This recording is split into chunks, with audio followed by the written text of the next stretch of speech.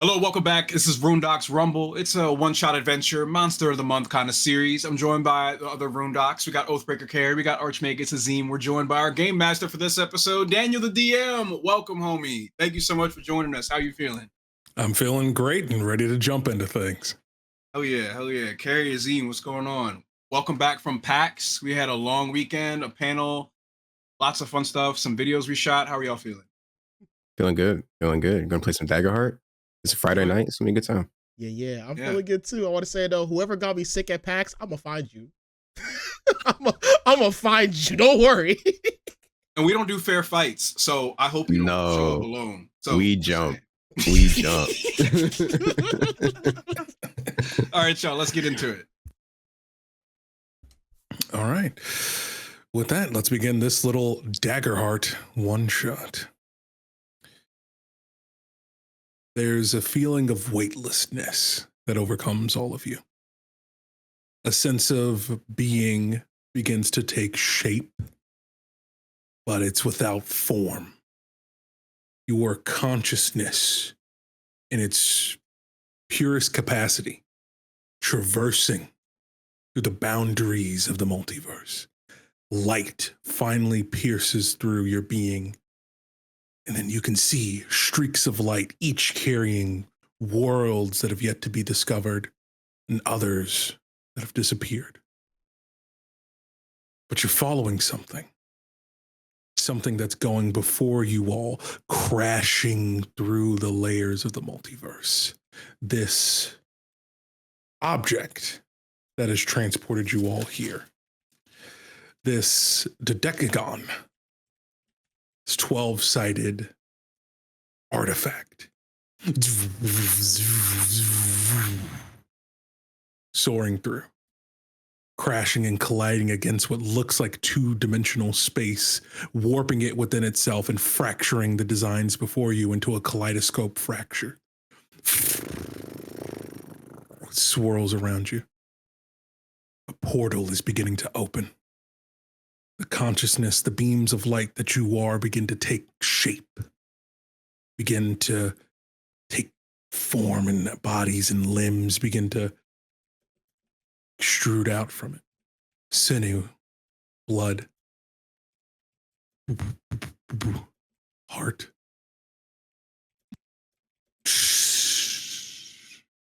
The veil of time and space itself shatters. And before you know it, you also pass through that veil. The artifact disappears through the clouds beneath you. And you are in clouds, as you all are soaring through the air. What would you all like to do to try to stop yourselves from crashing as you are soaring above a tree line? We're at a tree line. Am I able to see the ground at all? It's a little bit hazy. It's a little bit covered. Beneath the shadows, you can catch glimpses of what looks like the refraction of light. There is something underneath these tree lines. What form it is, you can't quite tell. I would like to blink out and bring everybody with me. Amazing. What does it need? A spellcast roll? It's a spellcast roll. All right. Give us the first roll of the one shot. Don't fuck this up. Thanks, Cary. Love the encouragement. Hey, no problem, bro. 17 plus 4. I got 21. With hope or with fear? That is with hope. Fantastic. Mark that on your character sheet. As you tell me, what does your teleportation magic look like in this world? I open my hands out wide around me in kind of like a T-pose, and this like huge spherical funnel of wind and fire surrounds all of us, and we just slow in our descend, and then just teleport to the ground with a big tuft of air dissipating the entire sphere, this bubble that we were in, just dissipating around us in a circle like a big cloud of smoke. Amazing. As that dissipation happens and spreads, you see the ripples throughout the water that you land in that comes up about to your shins as you all are within this swamp, this murky, creepy swamp where the vines and the moss hang down like fingers across the branches, casting shadows over it. And as you look up, you can see the fractured kaleidoscope portal that was open in the sky disappear. This is not the world that you all came from. As your memories begin to flash back, as your consciousness begins to connect to the person that you are, that you were, and the world that you came from.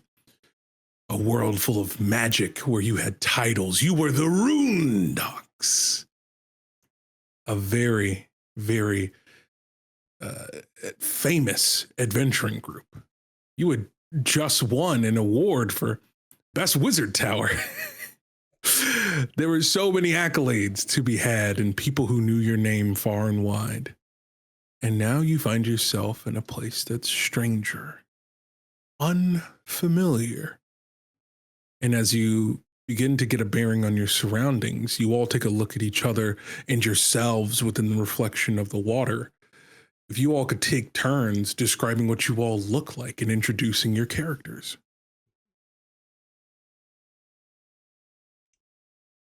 I'm going to go in alphabetical orders. Archmagus, can you start us off? Absolutely. So I'll start off with the garb of the Archmagus. He's wearing that iconic, ornate red silky robe, trimmed in fine gold lining that glows sometimes when he wants it to make a little flash. Besides that, basic adventurer clothing, black pants, belts, little potions, and of course a carrying case for his famous grimoire. But as I take a look into the murky water, I look down and I hesitate for a second as I notice I don't see my normal skin. In fact, it's covered in fur, short fur, kind of light gray. Think of an American short hair, black stripes that are kind of coming from the back, kind of ending near the face. I'm seeing that my features are more cat-like, feline. I have a brown splotch of fur in the middle where my mouth is, and I just go, yeah, yeah. Rondez, what did you do?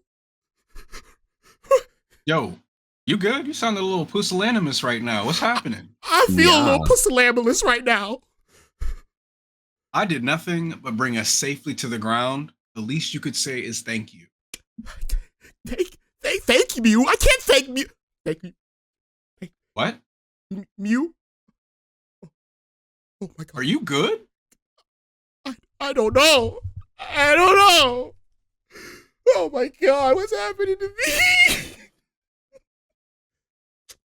But yes, in this universe, I am Archmagus Azeem, and I am Qatari. I hate you.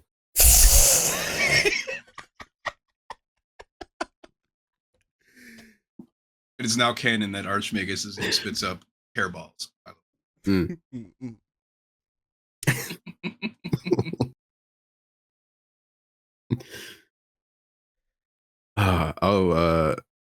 If I could jump in to describe the Oathbreaker as Yazim is adjusting to his form. I think on the moment of like landing in water, he's upset. He's like, God, bro, I hate wet boots. Trying to find the driest part in the swamp as Azeem is getting accustomed to himself. His garb is not too different from what he's normally in. He's got these nice deep brown trousers on. His black boots are still polished, still clean. His armor is a mix of plate and many metals and some leathers. He's got some metal armor on his legs that just go up or go down rather to the knee and then cover the thigh. He's got a long coat and over that some half plate and then some metal bracers on both of his arms, some half finger gloves, and his swords are different. They're one long sword that's not as curved as his elven blades from back home, but his daggers kind of changed to something strange. It's more curved, almost looks like a boomerang in some ways. And that's attached to his back. He's got a tome attached to the hip. And he's still got his nice, lustrous red and black cloaks that smell of the hells. But the first thing that comes to his mind is like the connection to his patron's power. So as he goes over to like a dry spot of land, if there is such a thing in this space, we'll try to cast something akin to a blast of the Eldritch variety. So it probably would be something like a blighting strike.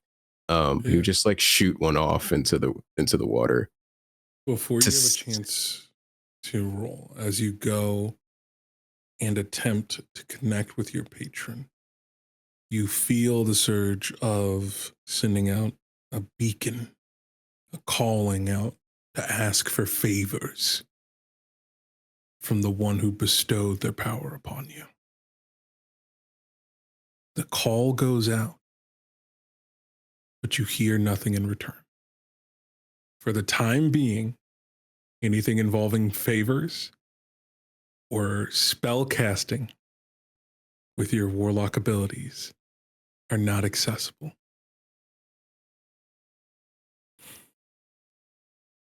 On the realization that there's no connection, he's freaking out like Azeem, but for a completely different reason.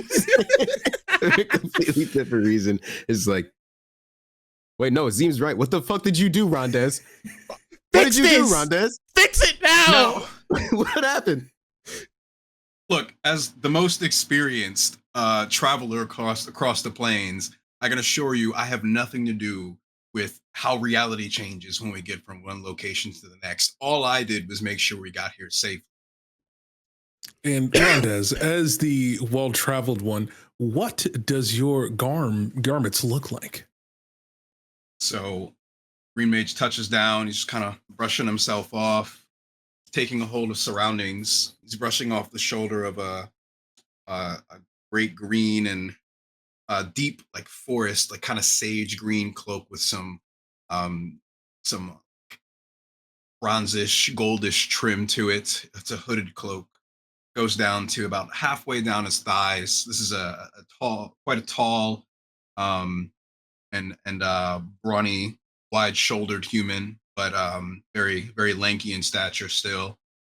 Wearing long black, poofy kind of pants, looking like it's clearly for some freedom of movement. Black shoes as well. Very simple tone in the bottom half here, but up top, of course, we're adorned with just a little bit of gear, a little bit of protective armor. I have half finger steel gauntlets that are a dark jet black rather than a very loud, like kind of silvery gold. Some similar colored kneecap protective gear on the knees, knee pads. And I also have a series of enchanted amulets set around my neck, one of which we might find out what that trinket does here later on in the day. But Gotcha. yeah, you see a gentle glow on my gauntlets as well as I'm reaching into the elements around me, very much attuned with air and anything that travels along it, such as sound, tracking any kind of movements in our environment, just trying to get a feel as to where we're at. I'm dusting myself off here. Give me a, let's see here. Give me an instinct roll Okay. to take in your surroundings.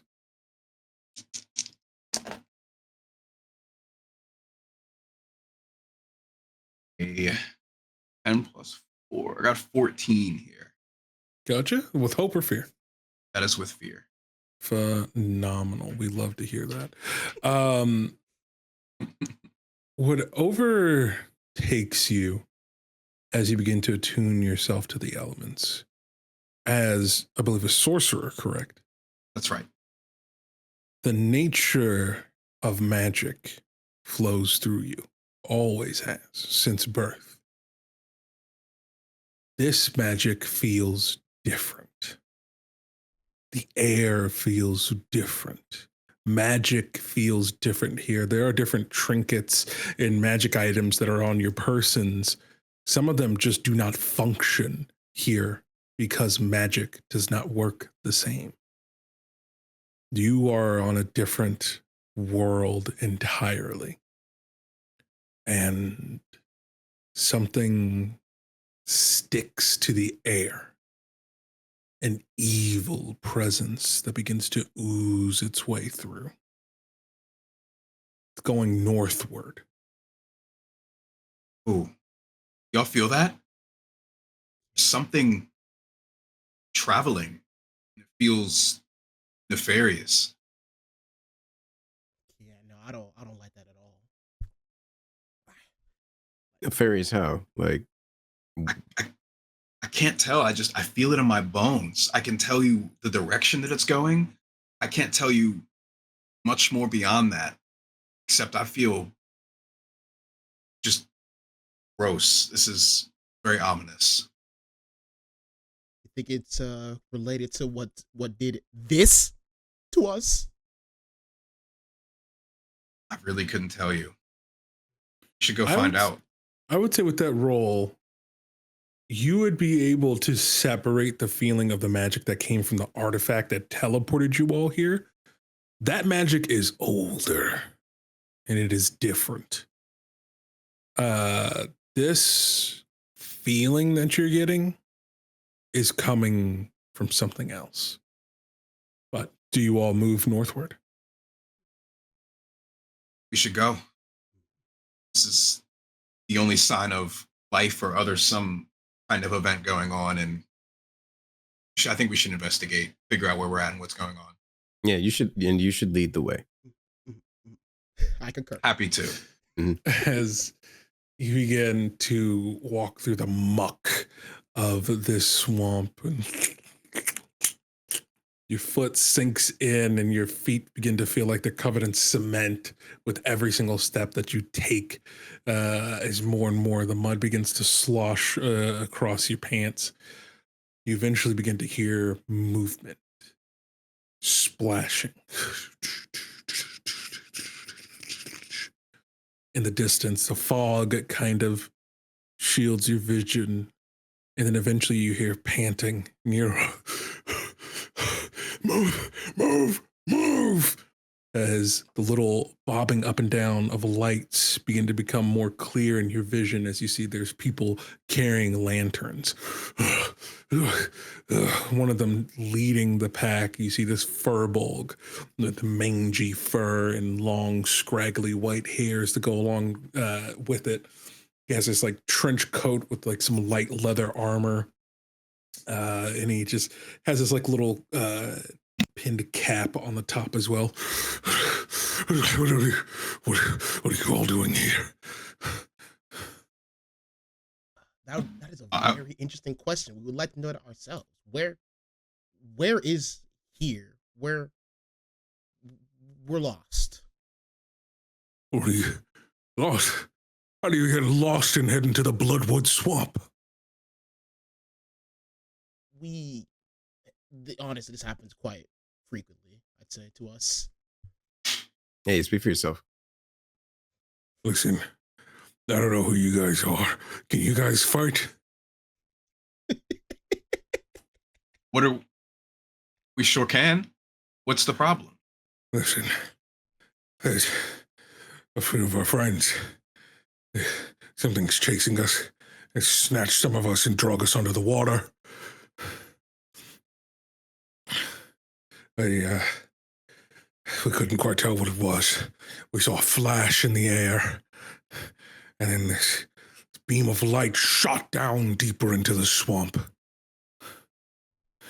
And then all of a sudden, all hell started breaking loose, and you begin to hear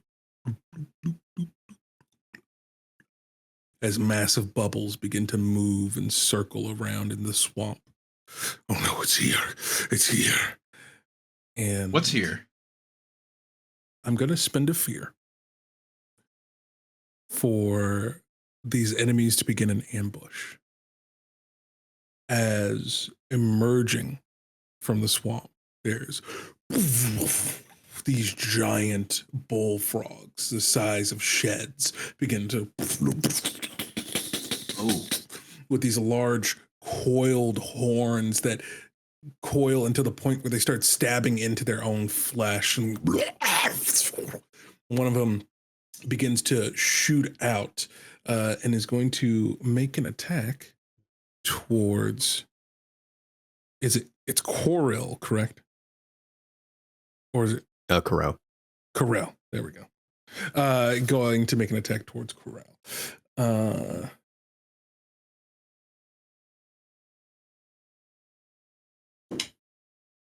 That is a 14 to hit. A 14. It's, yeah. Okay, gotcha. It's going to be 3d8 damage coming your way.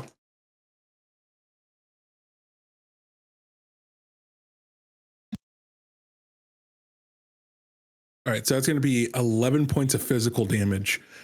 And then they are going to, as their tongue wraps around you, swallows you whole. We have begun combat.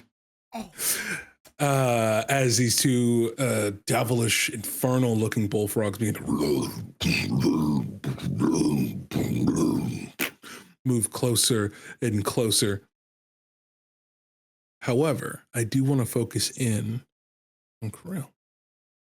As you are there, inside of the mouth of this monster, you feel a familiar call. Something infernal is here. What is your spellcasting trait? Presence. Presence?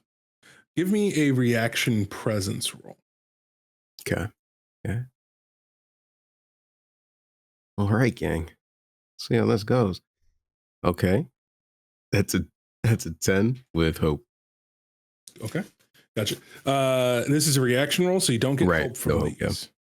Yeah, just a 10 flat. Okay. You, in the darkness, in the maw of this beast, you feel calling out to you an object. As you reach through the slime and the muck and the acidity of this beast, you then grasp onto something, and it's someone's severed arm. But attached to it is this amulet. And on it is this, what looks like almost like a diamond shape, and diamond-shaped gem, and etched inside of it is the symbol of a gavel.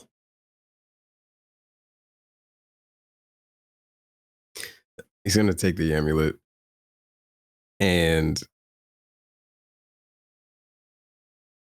kind of like nod. I've seen signs before, or maybe luck, some might consider it. But he's gonna take the amulet. He's gonna put it on. And just sort of wait to see if he feels any effect from it. Instantly, your vision goes.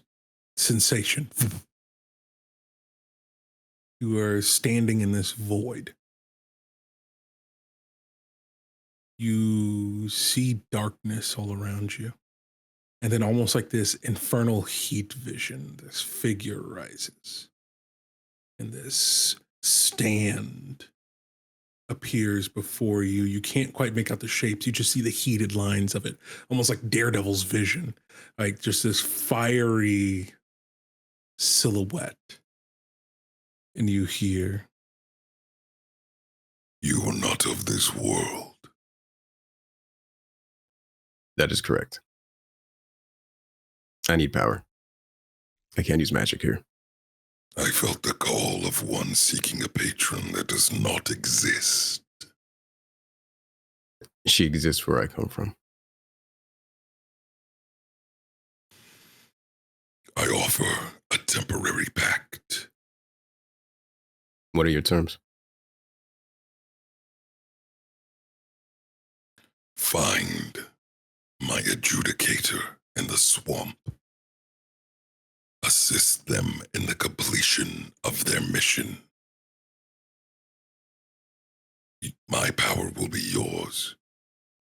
And then I will release you from this contract. What is their mission? They will inform you. Very well. So says the overseer, and it shall be so. The true judge of the lower circle decrees it. and you're back into combat. So, guys, what do you all like to do? There's two massive bullfrogs that are just to attack. What do you all like to do? What time of day is it right now? Hard to tell. Overcast. It's the weather. Gotcha. The time of day is London. Perfect. Okay, bet. How close is Cary to them after being spit out of this bullfrog? I say he's about it. I'd say he'd be within. You could move forward and get to about close range, about 30 feet. So you're not in close range. I'd love to go for a chain lightning before you get there. Go for it. Okay. I am going to. Oh wait, are you asking how close Cary is to the frogs? Yes, so as to not catch him in the chain light. Oh, he would definitely be caught inside of it because he's like escaping out of the mouth of one of the monsters and is within melee range of them. Mm-hmm. So yeah, he's gonna get hit. All right, that's fine. Okay. Instead, I'm going to just kind of clap my hands together really loudly. You'll hear this loud boom, and the arcane gauntlets will have this hot white glow. I'm gonna just break into an open sprint straight to the bullfrog that spit out Cary and go for a cinder grasp. Heck yeah. Give me a roll.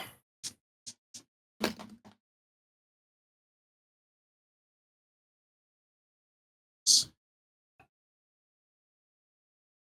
15 with fear.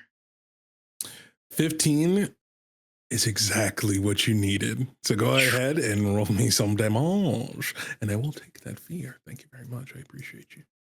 You're so welcome. Bless you, brother. Bless you. Okay.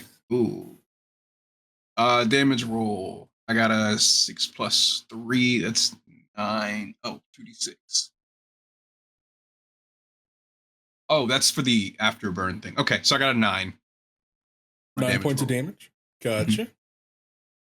As the cindergrass goes through, are there any other effects to it, or is it just a damage spell? When the creature acts while on fire, they must take an extra 2d6 damage if they are still on fire at the end of their action. Okay, gotcha. So then I have to spend a fear to end the condition. Okay, gotcha. Amazing. So since you rolled with fear, it does go back to my turn. I think, let's see here.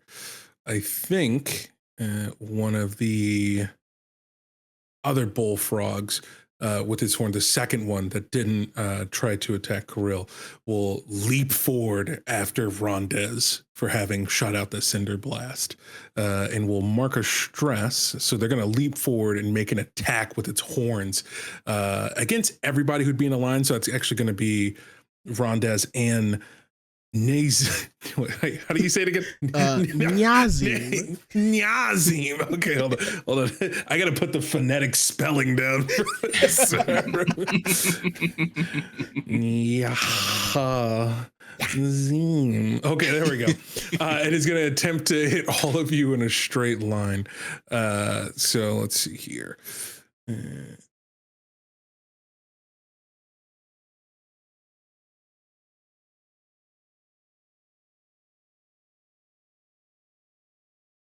Okay, there we go. That's a 2, so that misses as it runs through and does not strike. But then he will turn around, and I will spend.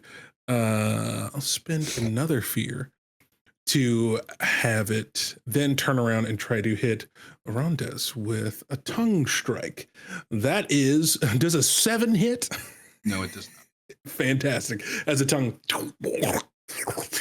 strikes out and you're able to dodge gracefully out of the way.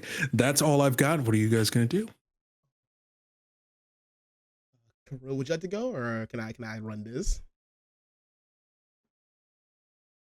Oh, sorry, I didn't catch you. I think you're muted. Sorry, go for it. Alrighty. So, I'm gonna, from my back, I'm gonna unsling my grimoire bound in this black leather, black umbral leather, and in the center is gonna be this little ball. And I'm just going to command it to come out, and it's gonna be this mage orb that comes out, my weapon of choice, and it's gonna be kind of this ancient but also very well kept oxymoronic stone, like kind of like, imagine marble with little like lightning and arcanic symbols kind of coming off it, right? And the first thing that's gonna happen, right, is I need to pick a number for strange patterns. So we have how many of those travelers are there? Just curious, like that were like, help us in the battle. There's about 3 to 5 of them. Some of them are like kind of crawling out of the water and trying to like hide within the tree lines, and they're trying to move out of the way of the combat. Okay. So yeah, I'll go like 5. So yeah, we'll go 5. And then you kind of just see like this, like the mage orb itself kind of just change numbers. It goes 5, 3 Runedocks, -2, 8 -2 enemies. My strange pattern is gonna be 6. So whenever I roll a 6 on a duality die, I gain a hope or clear a stress. Love it. And then from there, I'm just going to use my mage orb, and I'm just going to launch out just a beam energies, the basic attack at the bullfrog that tried to suck up Rondez. All right. And that's going to be a 20 with hope. That's gonna hit. All right. So yeah, this beam. Let's get some damage going. This beam of just arcane light kind of comes out from this orb, and that's going to do 46 plus 7 magic damage, and that's going to be a 21 for damage. Incredible. As that beam of light goes out and does some massive damage on there. Sorry, major damage to him.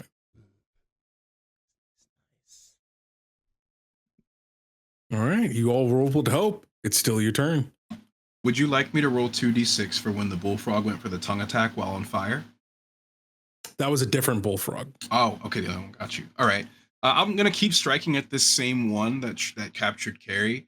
I'm going to kind of propel myself forward with a jet of air behind my feet, just going for a quick strike with my arcane gauntlets. All right.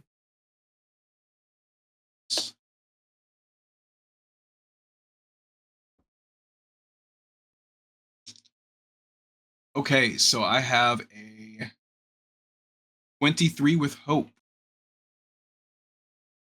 A 23 with hope is going to hit. And then we're going to do 3d10 plus 3. Mm-hmm.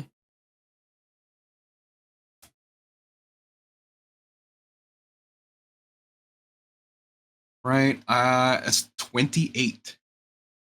Sheesh. Yeah. Yeah, that's a good bit of damage. As that attack rockets into this thing as you hear this just kind of echo of like this concussive air blast of obviously the air reinforcing magically the attack that goes through. And you rock that thing and you see it kind of gag and its stomach kind of pops out a little bit and bits and pieces of different corpses begin to pop out and land inside of the muck and the mire before you. Kirill, what would you like to do? As that blow lands, as this thing is effectively in the midst of vomiting, I'm going to pop out from behind Rondez and do a sneak attack. And I'm going to be striking at like its hind legs and thinking of just coming out, prohibiting movement and just being as quick and concise as possible. So kind of like in the same draw of pulling out the long sword and then swiping at its legs. I'm going to take a swing at it. All right, let's do it. So here we go. So to hit, I have something terrible to say, Daniel. This is a critical success. Hey, that is phenomenal. Give yourself a hope and clear a stress if you have marked a stress, or if you want to activate one of your abilities right now for free. Remember, you can do that too.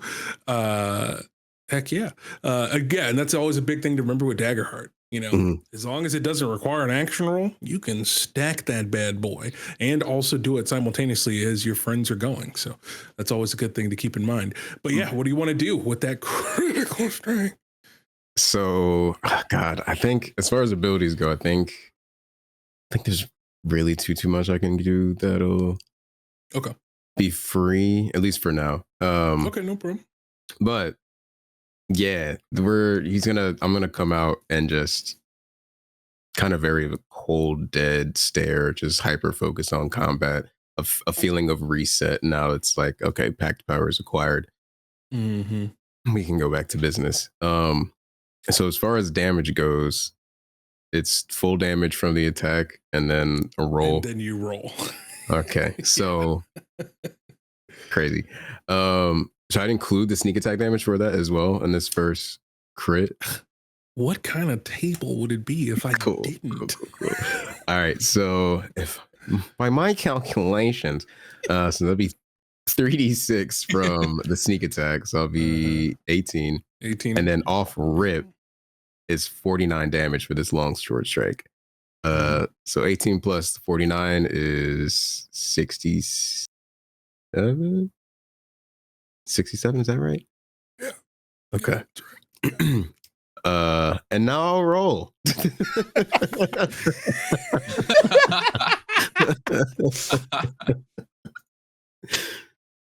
That's 35 damage on top of that. Yeah. Mm-hmm. Yeah. So we said 67 plus 35. That's 102. So I forgot to mention this up front. I like to play with the massive damage rules, which is you take your severe threshold and then you double it. And if that number gets hit, you lose 4 HP. This attack you did almost like triple. So how would you like to destroy this bullfrog that covered you in saliva? If Rondez would absolutely see this. I don't know if Azeem is looking at this direct bullfrog, but Rondez will see it's still that same strike of one motion, pulls out the long sword, and I guess effectively severs its leg. But as the strike finishes, it's very much an anime, like it's like a beam of black energy just like goes through the bullfrog, and there's a moment, and then just bursts. Incredible. Just this. Are we like covered in bullfrog guts? Oh, for sure. Sure. This is the dirty, grimy one shot, baby. I'm gonna look. It's looking like a Tarantino film. Yeah, covered in blood and guts. I look over at Kirill and with a like pissed off look, like, come on, bro, and just whip up this quick like gust, this quick gale of wind to just dry us all off in one thing. Incredible. With that, you dispatch one of the bullfrogs. It's still your turn. What would you like to do with this last one? How far is this one also in close range to my companion? This one would be this one would have been further a little bit behind you. But it's still within the close range. Good. So it's a little bit behind us. So I'm just gonna look over my shoulder and then look back at Cary and lock eyes. And then I'm just gonna sprint straight over and do the same thing. Quick burst of air behind me, go for another arcane gauntlet. Right on.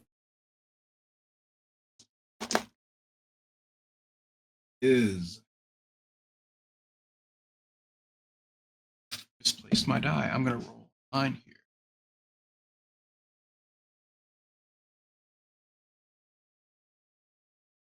Okay, that is a 16 with fear.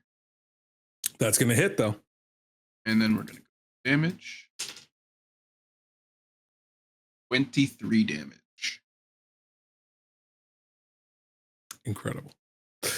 That is exactly what you needed to take out the rest of this enemy's health bar, as in a similar fashion, there is a punch that finds purchase into the ribs of this bullfrog, and then eventually they cave in, the fist makes entrance into the body, and then with a gust of air, you see the bullfrog expands and explodes as well.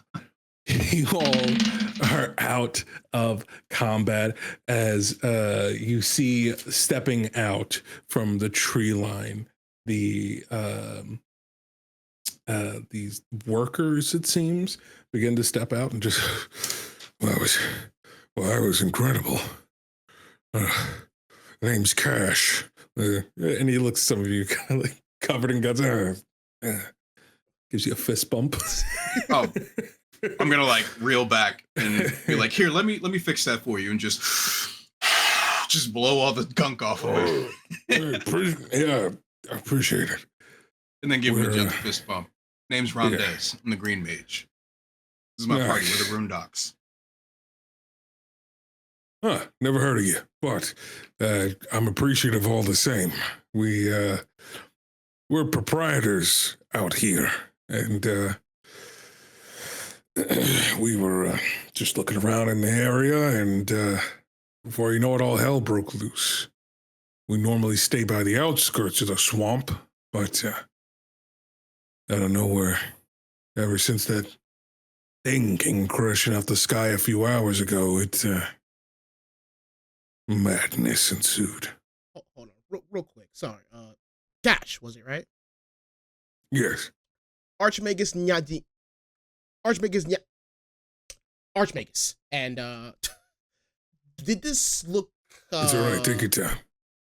polyhedral in shape? Maybe 12 sides, give or take? Oh, I have no clue. It was just a beam of light that came out of this like portal in the sky. And then it crash landed, I think, I don't know, somewhere on the north side of the swamp. There's a southern entrance to the swamp that you could take. It's not too far from here, and there's a watchtower if you wanted to get your bearings. That's normally where we hole up at when we're looking to, well, you know, be proprietors and whatnot. Which way is the watchtower? You can't miss it once you make it past the here. And he hands you like this crudely drawn map on a piece of parchment of like this kind of like diamond shape of the swamps region, or this particular region of it. He goes, you'll see it straight ahead. You're gonna see some really, really, really old statues surrounded by a stone wall. And it's going to be on the opposite side of the stone wall. Okay. But, So, will you meet us at this watchtower? hell no. I'm going home. Listen, I'm going to be honest with you. We come out here because there's other adventurers who want to come out and loot the old druid sanctuary. and they try to loot it for artifacts and all that sort of stuff. They find something that's creepy crawly that ends up killing them. And then we just snag their stuff and, you know, can't let it go to waste and notify next of kin. Really, we're providing a service around here. But normally things aren't this active in the swamp. See, but we're friends now, right? We wouldn't have to worry about that threat coming our way. What threat? Sounds as though you made a business of befuddling and pilfering adventurers. Oh, no. Very clear legal distinction, by the way. We don't do any pilfering, interfering, any of that sort of stuff. We wait. People go there, get themselves killed, and then we just take the bodies out. I need that to be very clear legally. For legal purposes, I need that to be very clear. We are not responsible for anyone's deaths who enter to and fro throughout these woods. Anyways. Masterful scavenger, I respect. Yes. The top of the day, as he begins to pick up some of his stuff. But be careful, there's deep, dark magic there. Infernal kind, too. Oh. Yeah, let's go there. Yeah. No, that's cool. No, it's fine. What? Yeah. Okay. Don't heed my warning. Don't say I didn't try to warn you. It's kind of our thing. We tend to go in the direction of the danger. So anyway, thank you. As the Runedocks depart and head towards the southern entrance. Before we depart, Yazzie. actually. Yes. Hey, sorry guys, can I just get like 5 minutes? I saw these bullfrogs and I have an idea. I want to try something. What are you thinking? It'll help us. It'll help us. It's a modification of a necromancy. What do you think? What are you thinking? You can't wizard. Nothing good happens when wizards say, "Let me just do this thing." This is why y'all have to take ethics classes, dude. Which you have evidently skipped. Yeah, I got those Now waived. We've come to find out. How do you get an ethics class waived? Look, Of course. when you can cast a fireball the size of the school, they let you do what you want, pretty much. It's But trust me, look, worst case scenario, nothing happens, right? That's the worst case. I'm gonna Okay, Yazim. cast a minor illusion, just mocking Azeem. What's the worst that could happen? Look, y'all gonna be real jealous when this happens. And yeah, I would like to take some of the body parts from the bullfrog, right? And I would like to I would like to use my crate construct. So I'll spend a hope, and it'll basically just create a construct of animated from objects. And I kind of want to use the spare parts and bones to make basically a smaller bullfrog, maybe like 3 foot tall, but marketable plushy looking. So cute exaggerated features and whatnot. Yeah, you watch as disgustingly this corpse of bits and pieces begins to debone itself, and things begin to break and refract and then mold back together and fuse until it just merges into, still covered in a bit of sinew and veins stuck to the bones of this newly formed structure, this construct that should not exist. It eventually just... That's I gotta disgusting. say, It works. Archmagus, I've seen you do this hundreds of times, and it's just as gross as the first time. Come on. They're adorable. Look at them. I saw how the sausage was made, and I'm sorry. Tainted. This is just the curse. Yeah, the vocal cords that are still attached are too big for the apparatus, and the wind doesn't properly go through it, so it's just...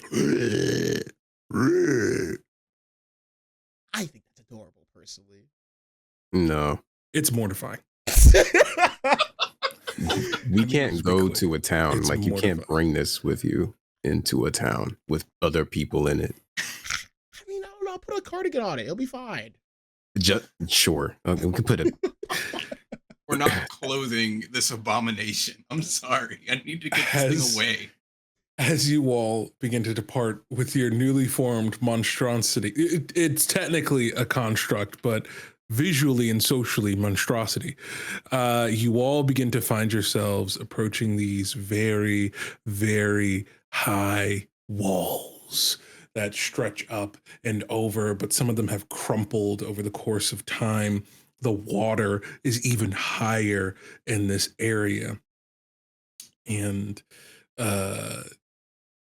even though the sky is dark and gray, there is this like shimmering blue light that kind of pierces out into the distance, aiming upwards.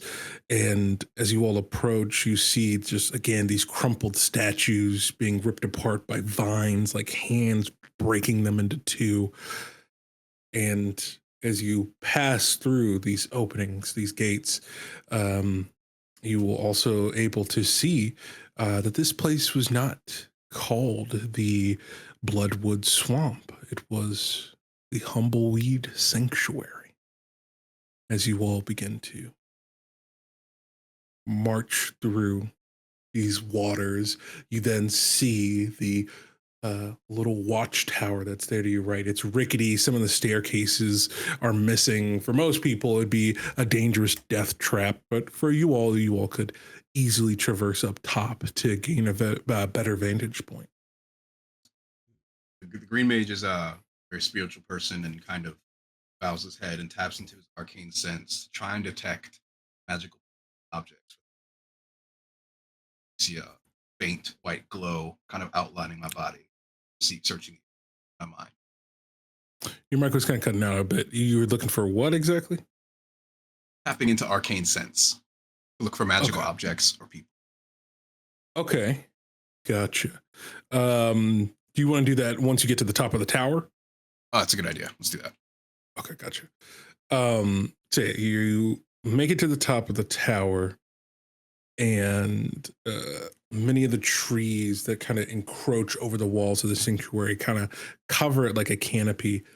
On top of, and it's activating magical sense lets you just detect things in a general area, correct? Close range. Close range, gotcha. And then what's your, if we want to, if you can give me, what's your spellcasting trait? Instinct. If you can give me an instinct roll, and then if everyone else wants to give me either a knowledge or instinct roll as well to check your environment, feel free to do so. And we'll kind of combine all of these rolls. 19 with hope. Okay. And then Kuro, what'd you get? An 8 with fear. Okay. And then let me check the phonetic pronunciation. Azeem, what did you get? 16 with fear. 16 with fear. Okay. Scary ass things, bro. It is a frightening sight because everything is the epitome of decay and death as you look at this land that's upon you. Immediate survey, the initial landmarks that stick out in this diamond-shaped sanctuary, in the center of it is a massive, massive tree, hundreds of feet tall. But all of its leaves have turned black, even though it is still full in the season. And going towards the east, you would see that there's like this thick bramble that stretches all the way over the walls, encompassing something. You can't quite tell, but like there's some sort of structure that's being hidden by this bramble. To the west, you see what looks like the entrance to some sort of graveyard or burial site. And there seems to be some glowing aura coming from there. And then far north, it's very difficult to see, but piercing through, and part of the trepidation and the fear of you all analyzing your surroundings, you all can kind of see this larger structure. You can't quite tell what it is, but there's this blue aura of magic that is visible and shooting light into the air. But that gives you all 4 points of interest.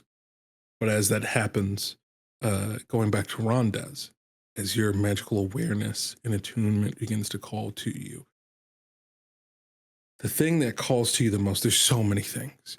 There's something infernal coming from the west and the east. There's a mix of all sorts of magic coming from farther north. Something that's almost ancient, like two different ancient magics at war with one another. But the closest one to you that strikes and calls to you is the magic that comes from the giant tree. You feel this tug and pull between the forces of nature, a conflict in need of resolution. You can't quite tell what it is, but there is something that personally calls to you from that tree. Suddenly, Green Mage's head snaps up, eyes still glowing white, with a like a gasp of exasperation, and just points at that tree, recites the same to the party. What he felt in his arcane sense. There's something over there. I think there's like a war going on, some kind of battle, of some sort, infernal in nature, but really just lots of conflicting sources, the east and the west. I mean, the Infernals never led me wrong, so I'm gonna go towards the Infernal stuff. I don't know about y'all though. I mean, I love instigating, so I mean, I'm with it. Let's join the Infernals. I followed you to hell Really? before. I'll follow you there again. You guys don't come when I go on vacation though. I say I invite y'all, but you don't want to hang out. I Just don't want to do that because it's like, first of all, like all the like passport stuff again to hell. It's just getting more and more like rough. I don't have a fast pass like you do. I'm just saying you can get one. You just apply. It's fine. It's whatever. I don't care. But yeah. So, which of the points of interest would you all like to go towards first? The bramble, the tree, the graveyard, or the temple? the infernal energy, was that coming from the temple? The infernal energy, a little bit of it was coming from the temple. Like there's a mix of a whole bunch of different magics coming from the temple. The strongest infernal magic is coming from the graveyard, but the oldest, most deep-rooted magic is coming from the tree. I think we should hit the tree second, but Pharrell, if that infernal energy is calling to you, let's head to the cemetery first. Cool. Maybe some more parts for the Archmages. Yeah, I think I'm gonna call him Bully. Bully. Yeah, like a bullfrog. Whatever you say, Archmagus. Yeah, this is an abomination. Man, y'all hate it. It's gonna be marketable plushies in 2 years, man. Just wait. It's asking for death, bro. It's literally begging for death. It wants to see the cemetery. Die, death, cemeteries. It's not what it's saying. This is not what it's saying. You know it's not what it's saying. Just want to like squish it with my foot and put it out its misery. Bury me. What do you mean to make that? Come on, As you all begin to make your way through the, let's see here.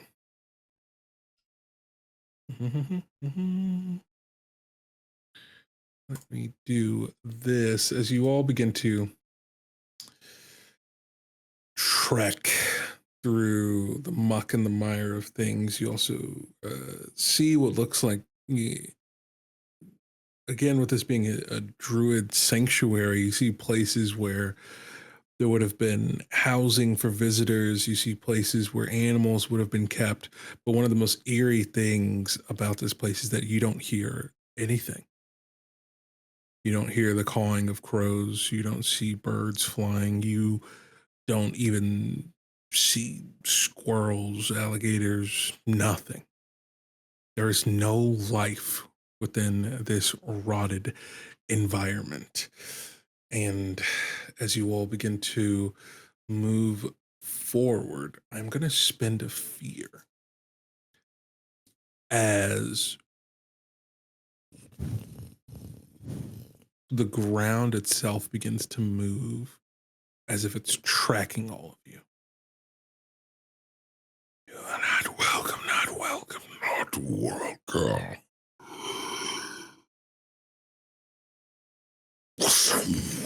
As branches begin to shoot out and try to strike at all of you, I'm going to need you all to roll me an agility reaction roll.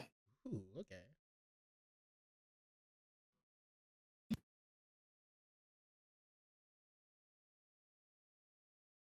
I'm going to use an ancestral ability, my quick reactions, the mark of stress to get advantage on this reaction roll. Sounds good. Oh, I'm a bit fearful of this surprise attack. Wonder if I should use. Now, this is a reaction roll, so fear does not matter. Got it. I just You gain 12. Okay. Damn. Got a 13. Okay. All right. You said a 12, a 13, and a 9. All right. Let's see here. Okay, so Azeem and Rondez are able to dodge out the way, but Kirill, what ends up happening as those brambles shoot out, they spread back and come back around and begin to wrap around your limbs and restrain you. And you are going to take, that's the wrong dice, 6 points of physical damage. And you are restrained.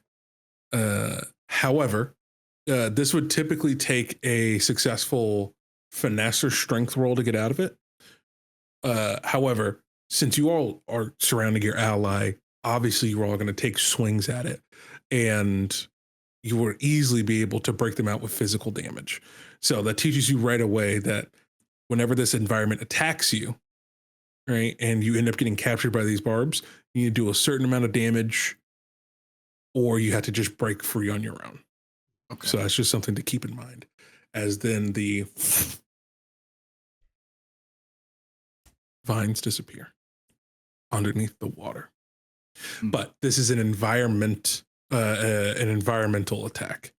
So the environment itself is an adversary that I can spend a fear at any point to try to make your journey more difficult. But with that obstacle out of the way, you all begin to enter into the Humbleweed Cemetery. As you all begin to see just rows and rows of caskets that have been dug out of the ground by vines, and you see piles and piles of limbs and bodies and rotted corpses that have been here for centuries.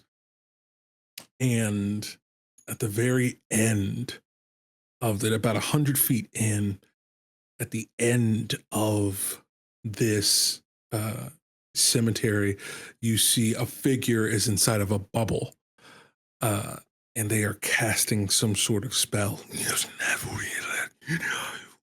Some sort of infernal tongue, as you see. Also, they're in front of the statue of this seemingly elven individual, and you've seen glimpses of this statue prior, but they are casting some sort of enchantment. What do you all like to do? Seeing that we're in a cemetery, right? I would like to use my necromantic mastery experience to kind of discern the nature of the spell that this figure is casting. Okay, yeah. Go ahead and give me a knowledge roll, I believe. And then you're going to spend a hope to add your experience onto that? Yep. Sounds good. All right, and then that is going to be boop. That is going to be an 18 with hope. 18 with hope. That's great. Yeah, that's going to give you a ton of insight. What you're going to end up realizing is, even though the language of Infernal is different in this realm, you recognize that this magic is summoning forth a spirit in the form of like a speak with dead, maybe is the best way of putting it. It's not an exact science of what type of spell they are replicating, but they are trying to commune with someone who has passed on. All right. I'm going to convey that to the group. Look, I don't know who he's trying to contact, but it seems like he's trying to contact somebody. And I don't know about y'all, but I've done a couple, I have a couple students in my necromancy class. Contacting the dead like this is never a good sign, in my opinion. So I, for one, think that we should stop and or usurp this ritual. Should we do it sneakily, or should we just like yell out to Buddy and see what's going on? He seems pretty in focus. I bet we could probably get close up and get the drop on him. Are there any shadows around this individual casting this spell? I would say that there are shadows that are formed from the light of the magic that could get you in pretty close. I'll go to Azeem and just go, I'll talk to him. And I'll step into Azeem's shadow and dissipate into the shadow. And you'll see as I'm descending, my eyes are going completely black. My body is going from full color to going completely dim to completely black. And then I disappear, and then I reappear in a shadow cast by that magic close to this spellcaster, preferably like behind him, if possible. As you get closer and you begin to emerge, even without rolling, you are able to see this figure. Their red tail is swaying with this casting of the spell.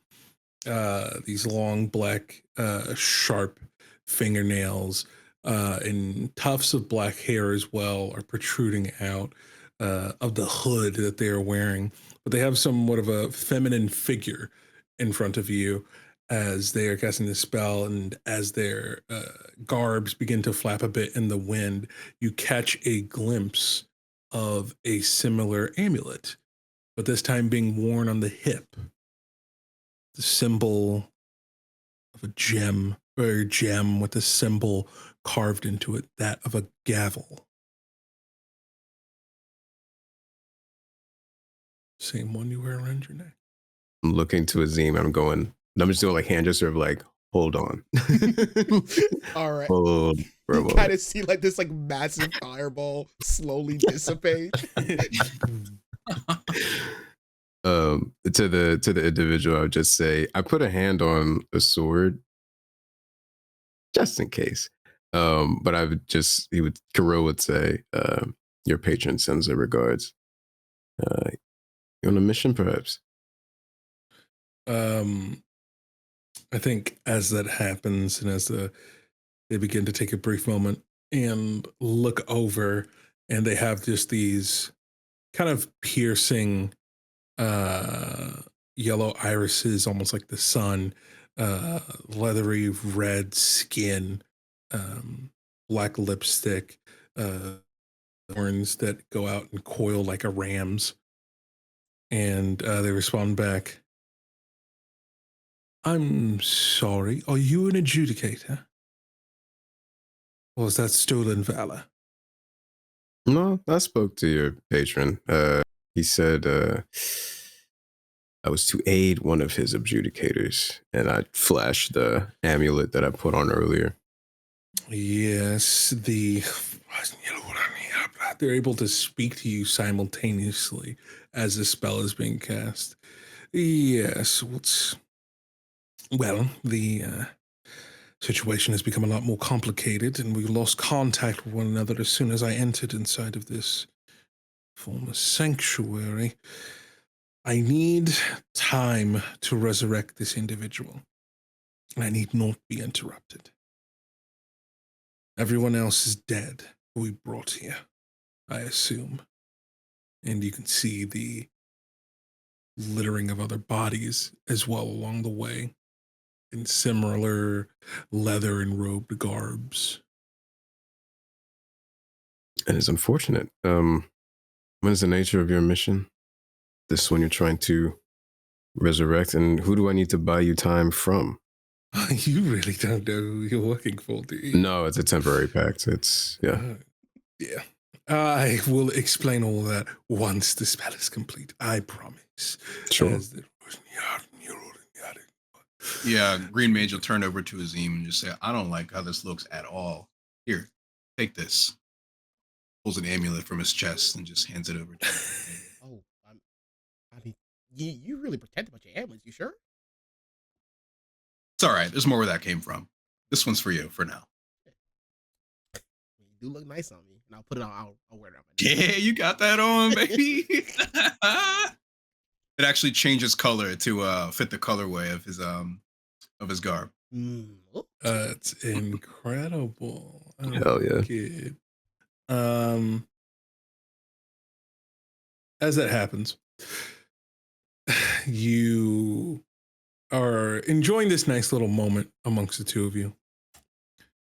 And you are, complimenting one another. Yeah, it looks good.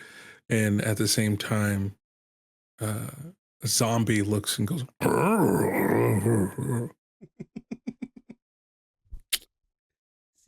See, look. Yeah. Even the undead know what's up. I just turned and dap him up real quick. His hand falls off. I'm so sorry. All the corpses on the battlefield begin to resurrect. Oh. At the same time, she goes, by the way, I believe there's some sort of switch, some sort of artifact around here that should be able to stop the undead from resurrecting.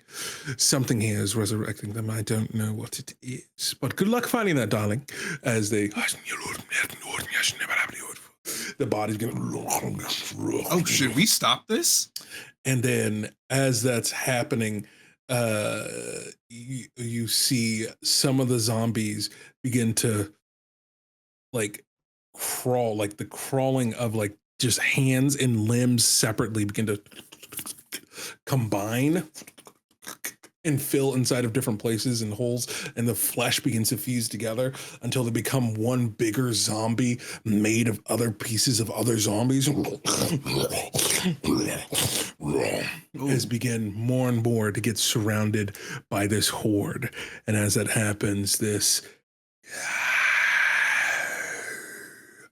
figure begins to make itself clear with puppet strings that release out from their fingers. This corrupted soul of a former druid. Their body is just draped in what looks like moss and fungus growing out of the sockets of where flesh would and eyes would be. Oh, God. Marionetting these adversaries. It's combat time, baby. What would you all like to do? Never a good idea to let the necromancer do their thing. Present company excluded, right? Of course, you're the exception. I'll look to Azeem and just kind of go, I think we still need that fireball and just point at that zombie. But on my turn, I'll still standing by that other mage because just very curious on what magic she is casting. I'm gonna cast a blighting strike towards that zombie. Incredible. And so to explain the situation of the amount of combatants that you have that you're dealing with right now, you're dealing with a zombie horde, like a horde of zombies right now that are working as a collective, right? There's 12 zombies within that horde. And the more damage that you deal towards the horde, the number will dwindle, and so will the damage that they do until they're all dead. So there's a pack of zombies that attack together, and then there's this brawny zombie that's made of all the other zombie bits that's like a big old bruiser as well. It's kind of flanking alongside of it. I'd say these two are the closest towards Rondez and Azeem. And at the same time, Kirill, I'd say this forest wraith is the closest to you as they're marionetting the individuals. Okay, I'm gonna shove Azeem back a little bit. Give me a second. Just gently push him back like 10, 15 feet maybe. I'll clap my hands and electricity will form around my fingers and take the form over my whole body and charge as I start to charge up. And I'll sprint straight in for a chain lightning, jumping to slam my fists down onto the ground in front of me. It's like a ground pound attack. I'm gonna go for a chain lightning spell on the horde. Let's do it. All right. I do have. I'm Arcana touched, so I will +1 to my spell roll here. Right on. So let's go for it. Let's do this here. All right, 25. 25 will help you. All right, and now it's 2d8 plus 4. Right on.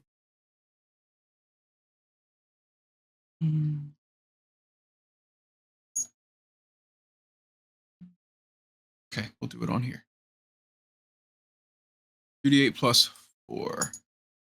Looks like it's going to be 13. 13 points of damage. Heck yes. Yeah. And there's an additional effect. Can I share that? Oh, yes, by all means. Okay. Targets who fail take that. Additional adversaries not already targeted by chain lightning and within close range of previous targets who took damage must also make a reaction roll, and they will also take 2d8 plus 4. Incredible. What's the DC I have to beat? Does it tell you? I had to make a spellcast roll, which was 26. It doesn't say anything beyond that. It just says mark 2 stress to make a spellcast roll. Oh, so sorry. Must make a reaction roll with a difficulty equal to the result of your spellcast rolls. Yes, so it is versus my 26. Okay, gotcha. First things first, does a 14 hit you? I'm gonna use natural evasion so that it doesn't. I'm Okay, at 13 gotcha. evasion. I'll roll a d6. The pack of zombies being hit by it have an ability to react at whoever just attacked them by spending a stress. So they do that. They all start to like clamor onto you, and you rebuff them back. And as that happens, the surge of lightning goes out. In order to do this, all right, I am going to have to roll a natural 20 2 times in a row in order to beat a 26. Let's see what that happens. That's an 8, and that's a 7. Go ahead and do whatever it is you're about to do, big fella. All right, that's the damage. Yes, so we'll do another 2d. This is going to be another 2d8 plus 4. I'm rolling it now. Yeah. That's a little bit lower. So we're going to get an... Oh, so it's +1. Help me understand. +1 to your spellcast rolls. That's just a singular instance of 1, or is it 1 for each of the d8s I rolled? So it'd be 2. How does that work? If it's 2d8 plus 1, you just get 1 more extra damage on top of whatever you roll. I know. I mean, okay. No, this is just to hit, so it doesn't do my damage. That doesn't affect my damage. And it already hit, so that's irrelevant. Oh, okay, right gotcha. Right. So this time it's just going to be 10. 10 damage. Okay, gotcha. Yeah. So on all targets. Okay. So the first attack says it hits all targets within close range for the first one, which was 12. And then it says additional adversaries not already targeted. So I don't think that there's anything else that could get hit. So that second roll might be, we can disregard that, I suppose. Is there anything close that could in close range that could get hit?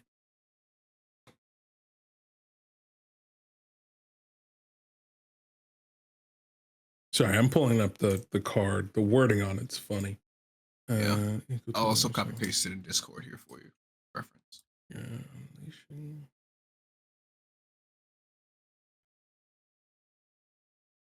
I'm marking 3 total stress.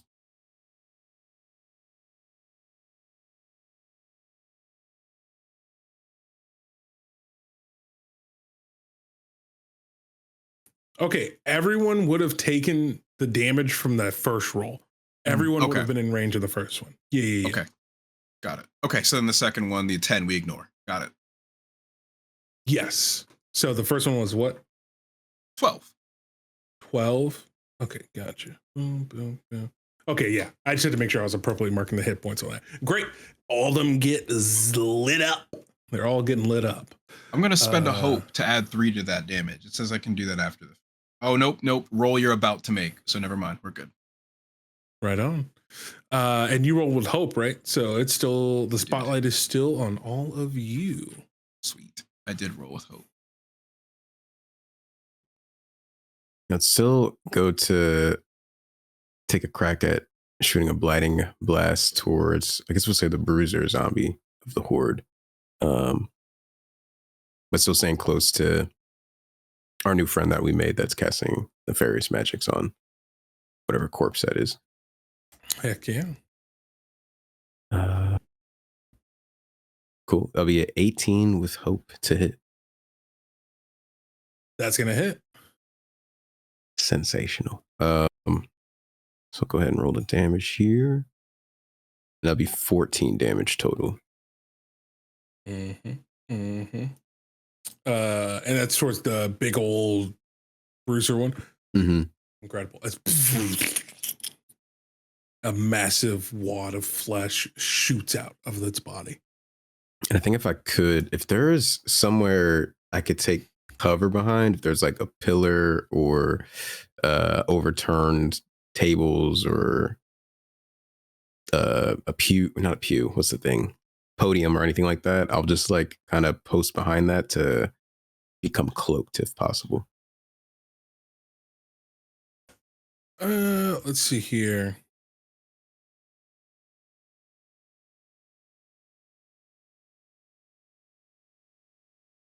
Yeah, I would say, yeah, you could be able to move behind a bit of like someone's headstone to be able to find cover and be able to do that. Yeah. Cool. Awesome. All right. Still on y'all. So the fungal one, it looks like he's like puppeteering the horde. Would they be within far range? Yes. Okay. So I'm going to take my little mage orb, and instead of like this time, I'm just gonna go. It's gonna shrink and kind of go looking like a scope, and I'm going to try to like shoot out a little beam of like bolt beacon, and that's going to be a spell casting roll against the difficulty of the monster. Gotcha. And that is a oh, actually no, that's a crit because both the hope and the fear are the same, right? They both roll 2. Yeah, that's gonna be a crit. Yeah, that's a crit, baby. So go ahead and mark off a stress, or you can use that to do something if you have it right now. And you gain a hope as well. Yeah, baby. Nice. And then on a success, I get to spend a hope, which I will, to send a bolt of shimmering light towards them. It'll deal a D8 plus 2 magic damage. Actually, 4d8 plus 2 magic damage. So I'll roll that right now. Nice. So yeah, magic damage there is gonna be nice 32. Yeah, it's a big old hit. And then on top of that, the target becomes temporarily vulnerable, and they glow brightly until its condition ends. Amazing. What was originally this ephemeral, this spectral being, now more concrete by the light that has been imbued within it from this attack, as it recoils from it.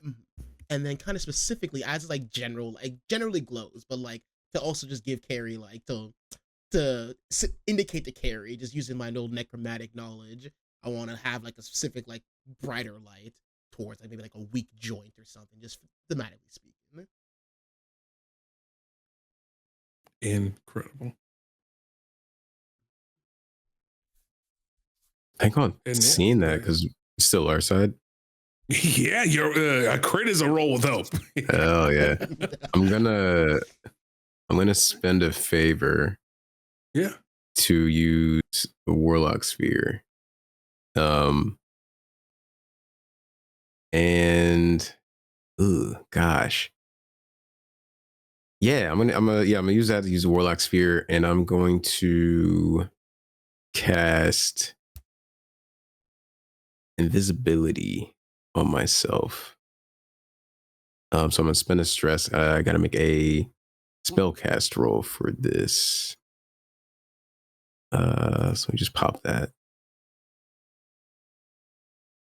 Fuck, but also good, but also fuck. It's a 20 with fear. Okay, gotcha. So I'll be invisible, and I will be able to do 8 actions and remain invisible. Per using this with the token. But awesome. After doing that, I'll kind of like I'll still stay around where I'm at, but may not be like looking behind cover. I'm just kind of keeping my head on a swivel, looking at the area, just seeing what's what. Heck yeah. So you are now you've disappeared from view, and now it is my turn. I am going to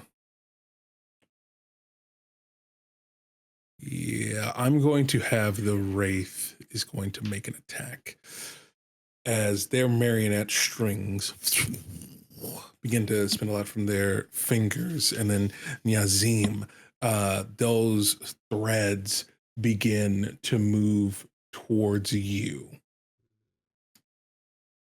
as the spell begins to make its way towards you. Or actually, it's not even a spell, it's more so just an ability that this thing has.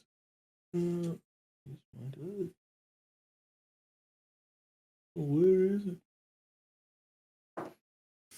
Does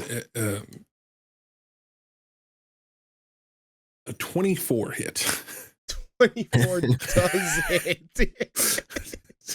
I got a 19. I was so close to a crit. It does hit? Yes. Okay. Let's see here. That is going to be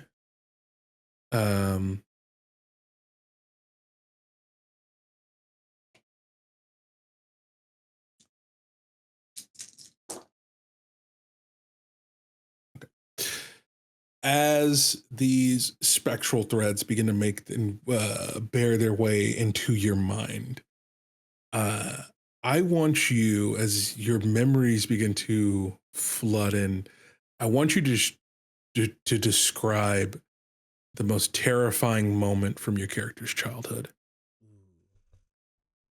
Okay.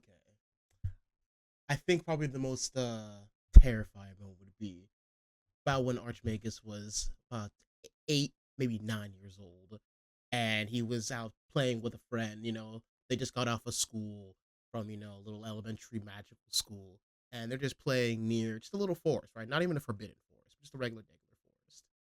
And as they're kind of going deeper forward, like shooting little fire bolts back and forth, a friend pulls out a scroll that they stole from the headmaster, and this scroll was just oozing with just dark eminence. And the friend was like, "Oh, check this out, like, check it out, man. I got this new scroll, like, stole it from the headmaster." And I'm like, I don't know, man. I don't know if we should cast that. And he's like, "Nah, come on, dude, it'd be fine." And as he begins to like read off this scroll, and dark energy starts swirling around him, a portal to a realm that honestly, like the Archmagus thinks back to it and still shudders about what he saw that day, starts to open and start to drag both him and his friend into the hole.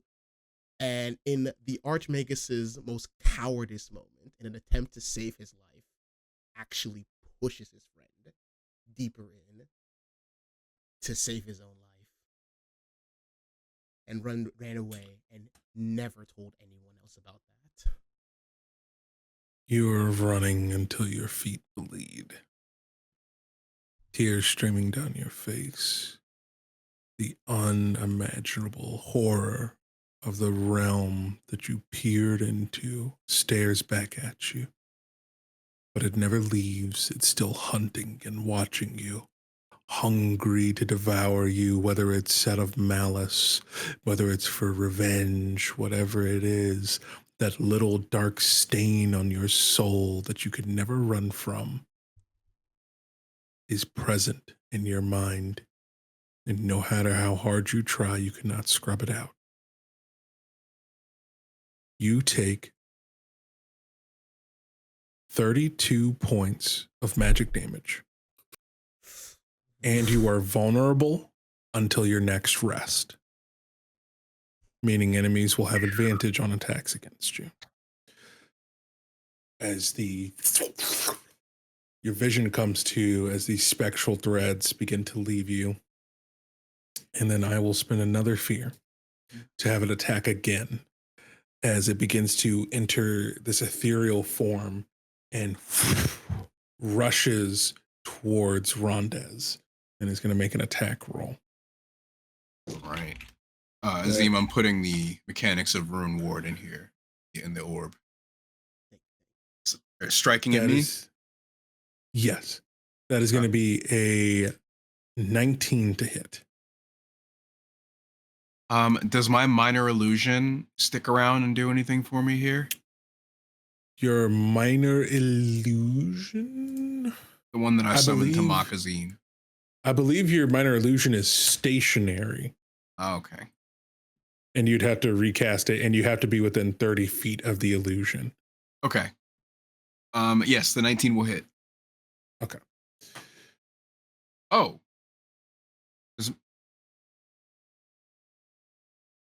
You do run as it. Okay. Yep. So you good? You got any? Yeah, it hits me. Are you okay? Okay. I was like, hold on. Doing math. I forgot to turn off my natural fine. evasion. All right.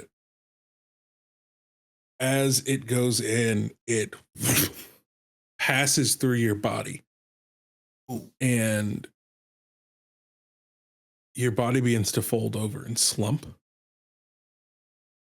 as it is carrying your soul separate in an astral projection.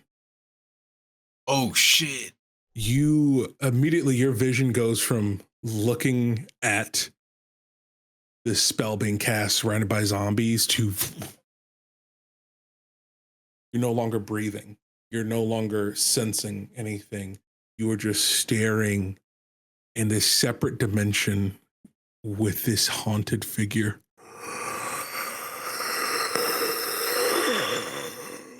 This part of your soul is being drug out of your body. Oh. And then it pulls you back in. You're conscious again. You're in your body, but part of you is gone. Part of your essence has been taken. I need you to mark 2 hit points. And then also, Danny, real quick, remind me again your rule for like the massive damage. How much is it to like the mass? So whatever that second number is that you see that starts your severe, yeah, double it. Okay. And then you'd mark 4 hit points. Yeah, so I would have, but I forgot. Rondez just sent me the Rune Ward, right, which allows me to spend a hope and roll a d8 to reduce the damage by 1d8. Could I do that for that attack that the creature did onto my psyche? For your Rune War? Oh yeah. Was that already active prior to the attack? It just because the description here says you have a deeply personal trinket that can be infused with protected magic, held as a ward by you or an ally. So I think I'm the one currently holding it. So I'll allow it. But next time, let's try to declare these things prior so we know what buffs are around. So yeah, I'll allow that to let Ira do it. I appreciate it. Here, I'll roll that. You know what? Just for that, gang, I'll spin another fear. I'm